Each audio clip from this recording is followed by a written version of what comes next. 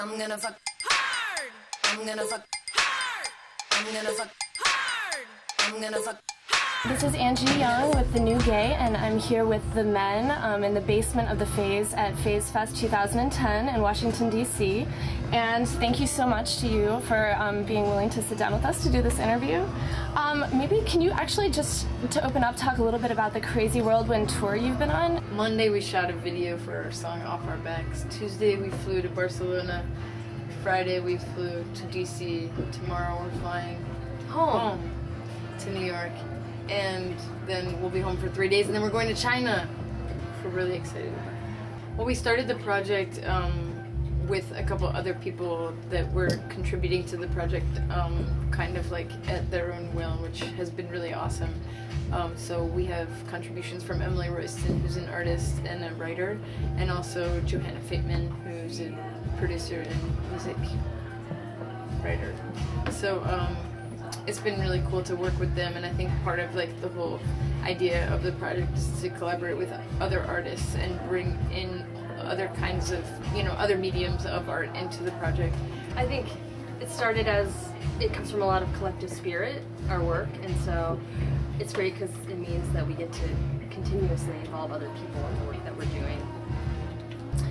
In many ways, your music deconstructs gender and creates space for the intersection of multiple political identities. Like, for instance, your t-shirts that I saw at the last performance of yours that I was at that say feminist, and the fact that you have been to lots of different festivals and lots of different places, like the Michigan Women's Music Festival. Can you talk a little bit about what that has been like for you?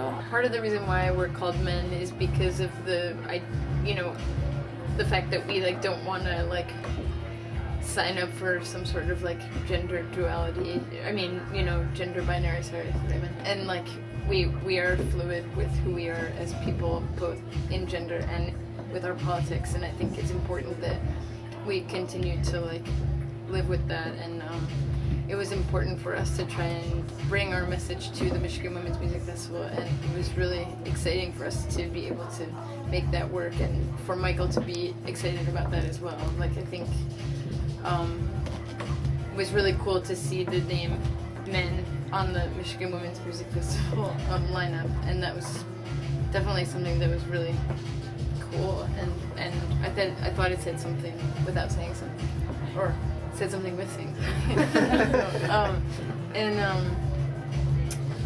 Yeah, I mean, obviously we're in-betweeners, queeros. It was interesting. I thought there would be more dialogue or more contention at the festival about the name of our group, but it wasn't like that. I think people were really excited that we were there and curious. But I mean, yeah, we're interested in playing every festival there is, you know what I mean? So I think we want to be able to fit in everywhere. I think it's also important to me, too, that we support a separatist, feminist festival. Right now you're here for Phase Fest, which is a queer music and arts festival that is held at Phase 1, which is the oldest lesbian bar in the country. And you've played at lots of different kinds of venues. Does it change what it's like to play in queer spaces versus straight spaces? Totally. It's funny, I was just walking up the stairs and I was like, there have been lesbians here walking up these stairs for 40 years, and it was just having that feeling in my own head is definitely going to shape the way that this show is played tonight by me. I mean, definitely, it's you can feel it all around you when you're in a queer space, and although it's really cool to go into a space that isn't queer and bring queer air into it and queer breathing, it's also really important to be able to play in a historically queer space that has been safe for us for so long. My favorite song of yours is Credit Card Babies, but I've thought lots about all of the different things that it can mean, and I'm wondering if you could tell me a little bit about what it means to you. Yeah, I mean, I guess when I first kind of came up with the idea that I wanted to write a song about how difficult it is to have a baby or decide you want to have a baby when you're queer. both financially and just kind of like psychologically to think about, all the reasons why it's difficult to have a kid and why the world is overpopulated and how it's really hard to plan something like that, especially when you have so much jealousy that other people don't have to plan it and stuff like that. So it's kind of like all these, I've been having all these feelings, so I guess I wanted to write a song about that, and we had been working on a song that was kind of like anthemic, and so I thought it would be really cool to actually like take the words and the frustration and make it into an anthem, because it really like brings people together on something that might be difficult, but it's really great, I think, to be able to come together on that and like shout out that we have options and shout out that we are going somewhere, and that we want to create visibility for an issue like this. So that's kind of how I guess it started. I don't know. Do you have other questions about what things mean? Or no? That's the only one I have. Okay, my last question then. This is specifically for you, JD. The last time, or it was the first time that I'd seen you perform, it was the show in Baltimore that you did with the Degenerates, which is another awesome favorite band of mine. And someone in the audience asked, or said to you, I remember they screamed out to you that you had made them gay. And I was thinking about that, and I was wondering if that happens to you a lot. I'm sure that it does. And more specifically, what is it like to be somebody that turns lots of people gay?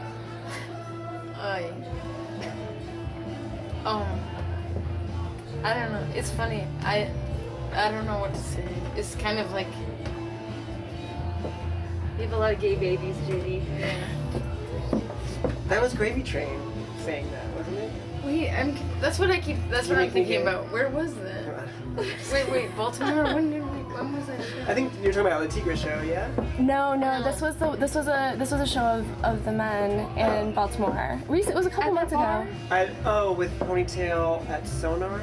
I think it was at Sonar. Yeah. I don't know. Oh, maybe it was that smaller one. Anyway. So it happens so much that you can't even distinguish between times. I guess it's like it was, whatever. What can I say? Like when I joined La Tigra and like there was this new like visibility for like female masculinity, and like people really were forced to like look at it, people in a specific scene or something, or like, and it was I think it was an interesting experience for me, because I wasn't really like desired that much before that, or like publicly or something, and then I think it became like very common to hear that kind of stuff, and I think it was really an interesting change in my life where all of a sudden I was being desired by all different kinds of people, and all I can say is that I'm really happy that I can make people think that change is okay, and that it's cool that people's minds are very open. I don't know. It's also kind of awkward and makes me feel shy, so that's why this answer has lasted this long. Thank you so much. Yeah. Thank you so much for taking time to talk to us. And do you have any last closing words for all of your fans that will be looking at this? Well, we're really excited to put our record out soon and tour more and all that stuff. See you around the world. I'm gonna fuck hard. I'm gonna fuck hard. I'm gonna fuck hard. I'm gonna fuck hard. I'm gonna fuck hard. I'm gonna fuck hard. I'm gonna fuck